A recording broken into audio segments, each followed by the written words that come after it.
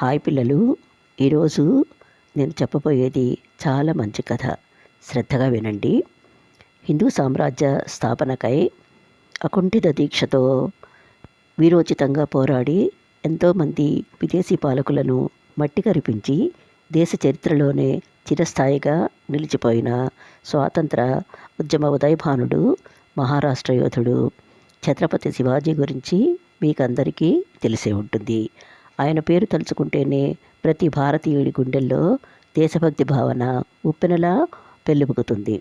శివాజీ కేవలం గొప్ప పరాక్రమశాలి, శక్తి సంపన్నుడే కాదు, కాళీమాత భక్తుడు, ఉదార స్వభావుడు కూడా. ఆయన సౌశీల్యానికి, గొప్పతనానికి మచ్చుతనక లాంటి ఒక సంఘటన గురించి చెబుతాను. ఇక కథలోకి వచ్చేద్దాం. ఒకసారి శివాజీ మొఘలాయి పాదుషా ఏలుబడిలో ఉన్న కళ్యాణదుర్గంపై తన సైన్యంతో దండయాత్ర చేసి అతనిపై ఘన విజయాన్ని సాధించాడు. ఆ విజయోత్సవాన్ని పురస్కరించుకొని యుద్ధంలో తనకు సహకరించిన సైన్యాధిపతికి సన్మాన సభ ఏర్పాటు చేశాడు.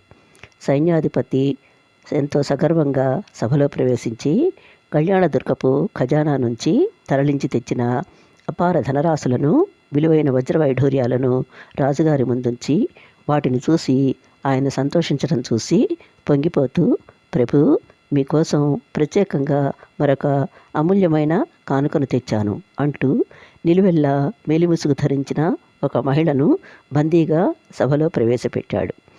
భయంతో వణికిపోతూ కన్నీరు మున్నీరుగా విలపిస్తున్న ఆమెను చూచి శివాజీ నిశ్చేష్టుడై, ఎవరి నారీరత్నం ఇక్కడికి ఎందుకు రప్పించారు అని ఆశ్చర్యంగా అడిగాడు. వెంటనే సైన్యాధిపతి, మహారాజా, ఈ యువతి కళ్యాణదుర్గాన్ని పాలించిన పాదుషా గారి బేగం సాహిబా. ఈ సౌందర్యరాశిని గురించి అక్కడి ప్రజలు ఎంతో గొప్పగా చెప్పుకోవటం విని అబ్బురపడి తమరికి కానుకగా సమర్పించాలని తీసుకొని వచ్చాను అని సవినయంగా మనవి చేశాడు. సైన్యాధిపతి మాటలు విని శివాజీ కోపోద్రిక్తుడై, మన దండయాత్రలు, పోరాటాలు దేశమాత దాస విముక్తి కోసం చేసేవే తప్ప వారి స్త్రీలను చెరపట్టి హింసించేందుకు కానే కాదు. ఒక మహిళను బంధించి నిండు సభలో నిలబెట్టి అవమానించి చాలా పెద్ద తప్పు చేశావు. వెంటనే ఆమెను సగౌరవంగా భర్త చెంతకు చేర్చు అని ఆజ్ఞాపించాడు. తర్వాత సింహాసనం నుంచి దిగివచ్చి ఆమె ముందు మోకరిల్లి, మా సైన్యాధిపతి చేసిన తప్పుకు అతడి తరఫున నేను క్షమాపణను అర్థిస్తున్నాను. అంతేకాదు, అందవిహీనున్నైన నేను వచ్చే జన్మలో నీ వంటి సౌందర్య రాశి కడుపున అందంగా పుట్టించమని ఆ భగవంతుణ్ణి మనసారా వేడుకుంటాను. వెళ్ళిరా తల్లి అంటూ చేతులు జోడించి నమస్కరించాడు.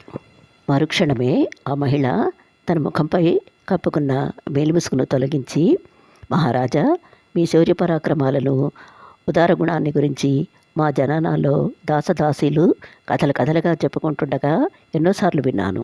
ఈరోజు ప్రత్యక్షంగా మిమ్మల్ని దర్శించే భాగ్యం కలిగింది. నేను బందీగా మీ ముందు నిలబడటం అవమానంగా భావించడం లేదు. అది నా అదృష్టం అనుకుని ఎంతో సంతోషిస్తున్నాను.